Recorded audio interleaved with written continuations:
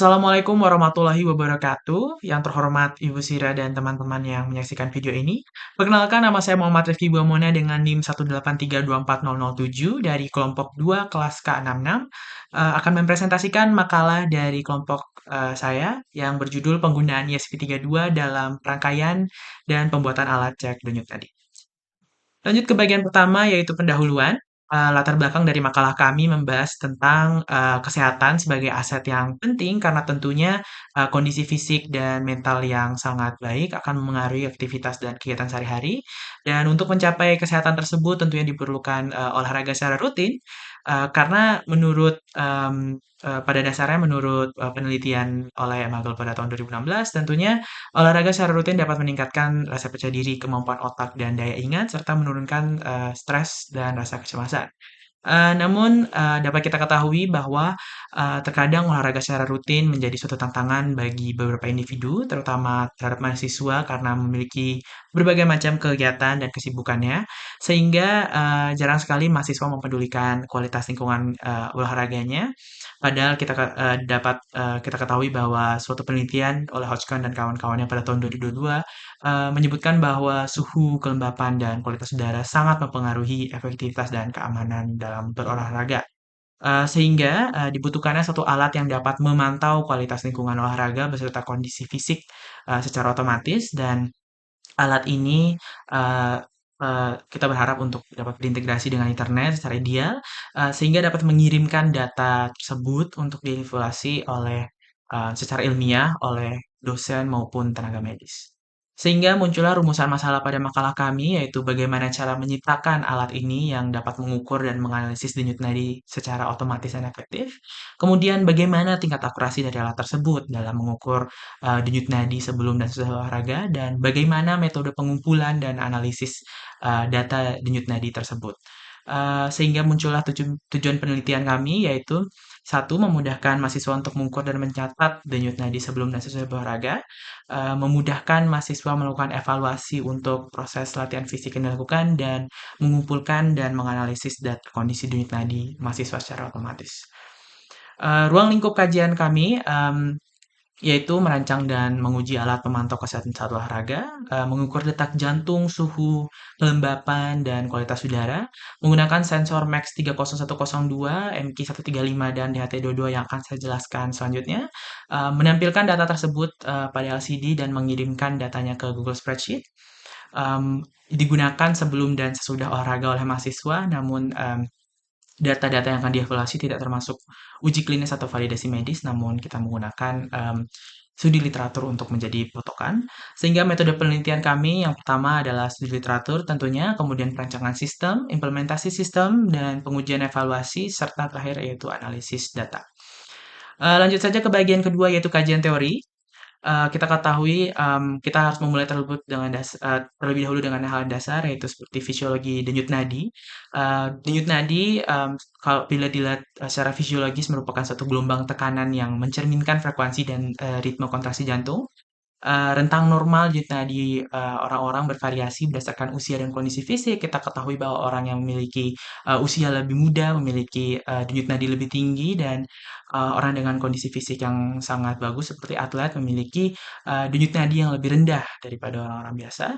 Kemudian kita ketahui bahwa denyut nadi meningkat seusai olahraga, dan peran monitoring denyut nadi dalam evaluasi kebugaran itu sangat penting karena kita ketahui bahwa terhadap batas-batas optimal atau batas-batas wajar untuk peningkatan denyut nadi setelah olahraga sekitar 60 hingga 80% dari batas maksimal denyut nadi seseorang. Kemudian sensor Max 30102 yang mengukur detak jantung dan saturasi oksigen dalam darah, menggunakan teknik optik yaitu fotoplatismografi yang mengukur perubahan volume darah dalam pembuluh kapiler dengan memantulkan sinar infrared dan mengukur jumlah dari pantulan tersebut atau intensitas dari pantulan tersebut.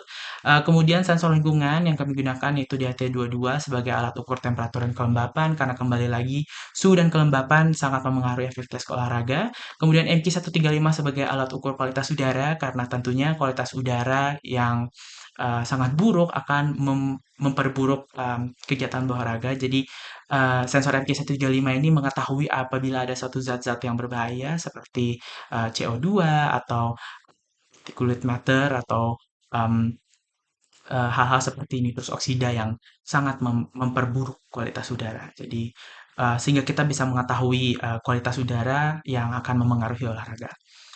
Lanjut ke microcontroller SP32 yang kami gunakan karena memiliki prosesor dual core dengan performa tinggi, karena sebagai otak dari sistem kami, kami membutuhkan suatu microcontroller yang sangat performa tinggi, memiliki konektivitas jaringan nirkabel dan Bluetooth sehingga dapat bersambung dengan internet, jumlah pin yang melimpah dan mendukung berbagai antarmuka komunikasi seperti I2C, dan konsumsi daya yang rendah sehingga ESP32 itu salah satu microcontroller yang begitu populer.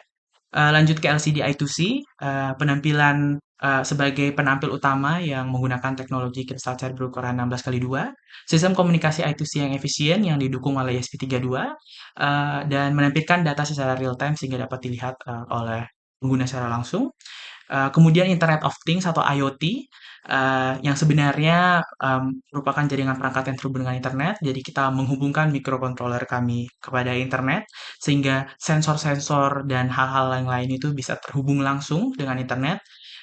Terdiri dari sensor, aktuator, dan microcontroller, menyimpan data di cloud seperti Google Spreadsheet atau bisa web langsung, dan dapat diakses kapan saja oleh siapa saja, menggunakan perangkat apa saja, selagi perangkat tersebut terhubung dengan internet. Jadi, Internet of Things ini sangat membantu mengakses data-data secara cepat menggunakan internet yang tentunya dapat diakses secara mudah oleh siapapun. Langsung ke bagian 3 yaitu pembahasan dan isi penelitian.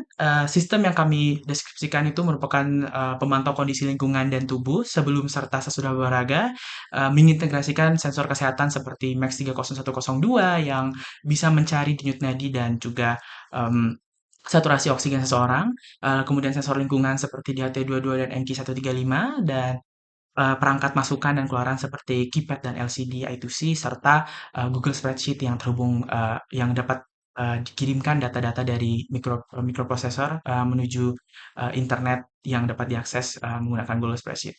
Kemudian implementasi kami yaitu suatu sistem berbasis ESP32 dengan integrasi IoT, mengirimkan data menggunakan NIM sebagai kunci guna memantau kondisi pra serta pasca berolahraga.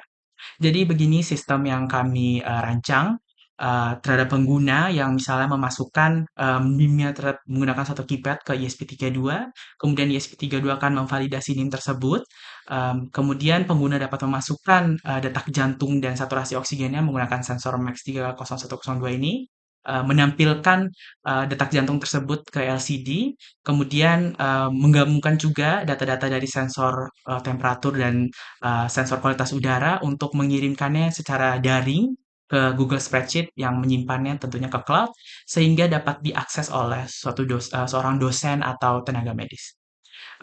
Untuk evaluasi sistem, kelebihannya dapat menampilkan data secara langsung melalui LCD, data dapat diakses secara daring, terintegrasi secara baik, dan desain ekonomis. Namun kekurangannya terhadap ketidakstabilan sensor Max 30102 karena sangat sensitif terhadap pergerakan. Beberapa sensor memerlukan penyesuaian lingkungan, tidak terdapat kalibrasi otomatis, dan ketergantungan terhadap koneksi internet, sehingga apabila tidak terkoneksi terhadap internet, sistem tidak akan bisa berjalan. Untuk bagian kesimpulan dan saran, yaitu bagian keempat yang bagian terakhir. Kesimpulan yaitu untuk menciptakan suatu alat yang dapat mengukur dan menganalisis denyut nadi dapat menggunakan sensor Max 30102 seperti yang telah kami sebutkan sebelumnya. Akurasi alat untuk mengukur denyut nadi masih kurang baik. Pengumpulan data dengan melakukan banyak uji coba terhadap alat yang kami buat dan analisis dilakukan sudah cukup untuk perbandingan.